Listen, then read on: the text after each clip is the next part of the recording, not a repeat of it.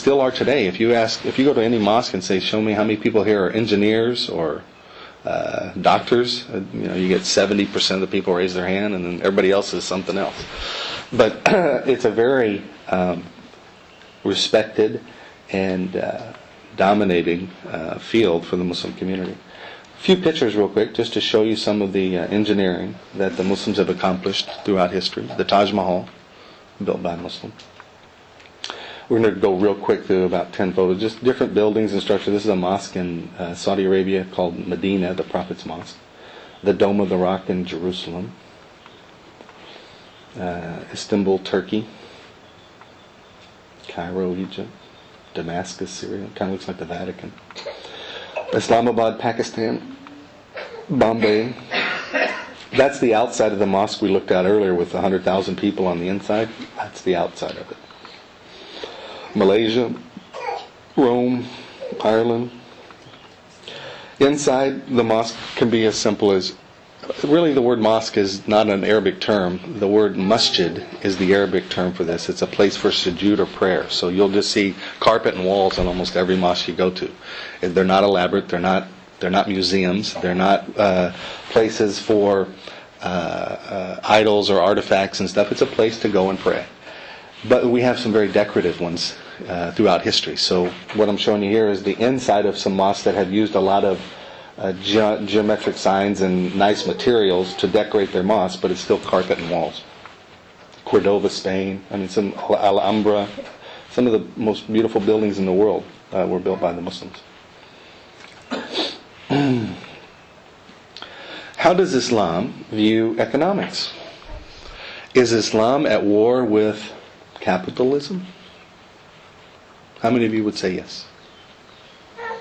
How many Muslims like money? How many Muslims work for profit? How many are going to... I just want to make this clear. Islam encourages business, trade, commerce, industry, progress.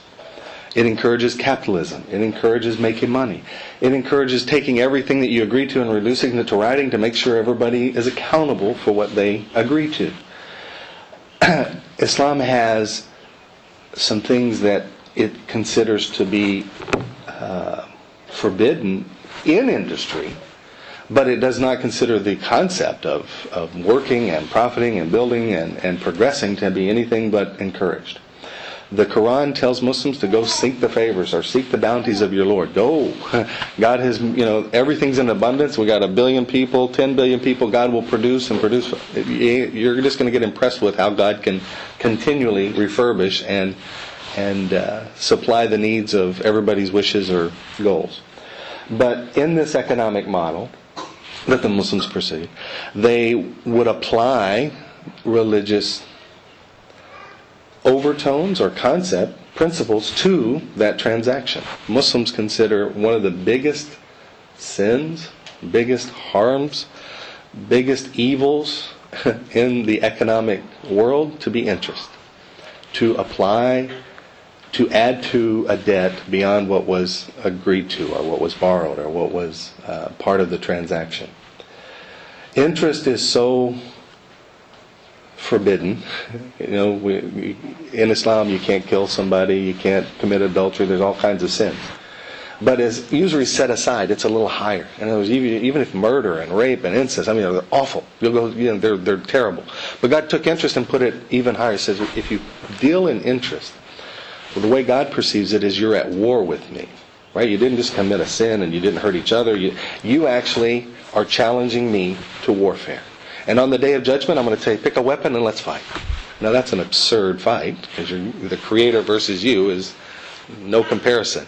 But why is God so opposed to and so adamant and so forceful in God's desire that we not deal in interest? Why would that be something that God would care about?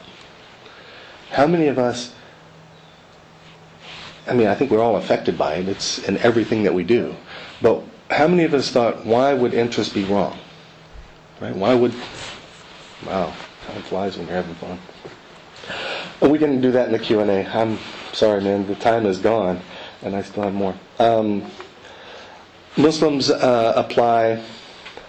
Well, anyway, let me go at I want to finish the question. Why is interest haram? Because it's bad for the person who borrows it, it's bad for the person who lends it, and it is bad for the entire economy around it. It eats the economy. In other words, you don't see it. I have a degree in investment finance. I'll give you a lecture on it for an hour afterwards if somebody wants to hear it. But interest is so bad that it doesn't just affect the two that are in it. It affects everybody in the society who lives around it. So that's how bad it is. So I have to close my bank account now? Well, there's also a concept in Islam called necessity. In Islam, our dietary requirements, the things that we're supposed to do, not do, are, if we apply the guidance to ourselves, we follow that. At any point, if the hardship of following the guidance becomes life-threatening, then you have permission to partake in the bad thing to gain until it can change to where you can live without it. Okay? Like if I was dying of hunger and I was going to die or eat a pork chop, I'm going to eat the pork chop. I didn't want to, but I can eat it, stay alive, and go find some more food later, and when I have a choice, stay away from it. If I was dying of thirst and the only thing was a beer, and I could take the beer and get to some water and live, or not drink the beer and die, drink the beer and get to the water. Right? Today, interest is in everything you touch. It's in the air you breathe. It is in everything around you. So to get away from it is very difficult. To not want to participate is a thing that you should desire. How to apply that, you need to ask smarter people than me. So get an opinion on your particular issue and how it applies to you and whether this condition meets necessity or you have other options from people that know much more than I do, because that's what they're there for. Contemporary issues, health and nutrition. I think I have 2 minutes left.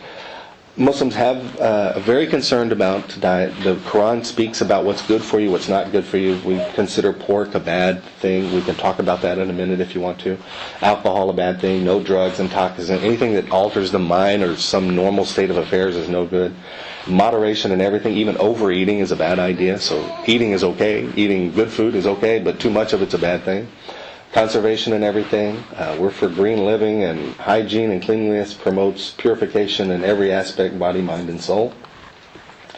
Islam prohibits the consumption of all foods, substances. Okay, I already talked about this. Social services. How does Islam and social services get together? Muslims were the ones who invented, if you read history, you'll find the dark ages of Europe and medieval times and all the things that were happening in that time. But if you get outside of Europe and you start looking at the rest of the world, which was overwhelmingly Muslim and dominated by the Islamic society, you would find that they were building hospitals, paving roads, having medicine, developing the concept of universities and schools where you get together in a formal fashion to learn and study. These concepts came from the Muslim community. Charity, taking care of, it's not unique to the Muslims, this isn't, but we apply charity, take care of orphans, widows, needy. And also a concept which we don't have time to talk about, but men are the maintainers of women. In Islamic society, men have the social responsibility at all times to care for all the needs of the women in the community. If the husband dies, then the brother, the father has to take it. If the husband, brother, father doesn't take it, the uncles have to take it. If they don't take it, the state has to take it. At no point does a woman have to take care of herself. She can. She can work. She can earn an income. She can do whatever she wants. She can be educated. But it is not her accountability to take care of herself economically. I thought you women might like that. Contemporary issues, law and justice. Islam considers human rights, civil rights, women's rights, animal rights, rules of engagement. Everything has justice in it. And from a Muslim's perspective, anything that is unjust is considered oppression.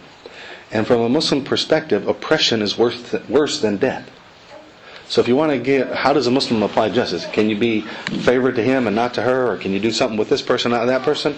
The Quran will tell you that if anything is wrong and forbidden, it is for both. It's for everybody. And it's not for the rich and not the poor. It is equally applied. And that if somebody abuses that and they oppress somebody by a wrongful decision, that oppression is worse than killing.